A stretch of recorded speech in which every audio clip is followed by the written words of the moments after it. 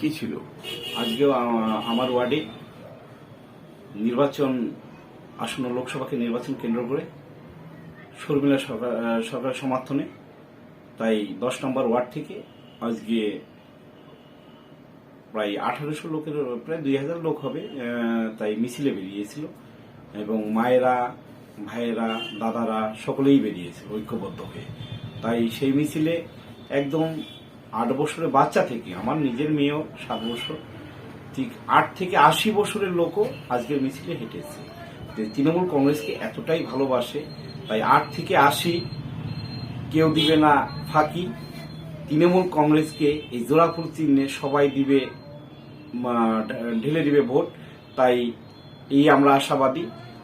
তাই বাংলার মামাটি মানুষের মুখে মামাই মমতা বন্দ্যোপাধ্যায়ের উন্নয়ন সকলে পেয়ে তাই সকলের মুখে আছে হাসি। তাই 10 নম্বর ওয়ার্ড থেকে আগামী দিনে মানুষ 2 হাত ভরে তৃণমূল কংগ্রেসকে ভোট দিবে, আপনারা সকলে দেখতে পারবেন।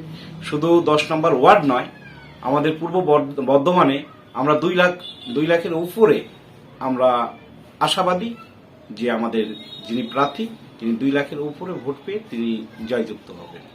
আপনারা কোন কোন এলাকা দিয়ে আপনাদের এই মিছিল গেল, কোথা থেকে শুরু হলো? এটা অলরেডি শুধু 10 নম্বর ওয়ার্ড দিয়ে, 10 নম্বর ওয়ার্ডেই শুধু আজকের এই লোকটা।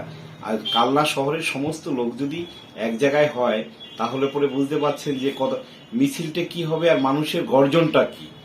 সাধারণ মানুষের বিশাল গর্জন, তাই বিরোধীদের হবে অবশ্যই বিসর্জন। এটা সকলেই মাথায় রাখবেন। আর সারা পশ্চিম বাংলায় আমরা আশাবাদী 42টা সিটি আমাদের তৃণমূল কংগ্রেস 100% শিওর পাবে। আপনার নাম?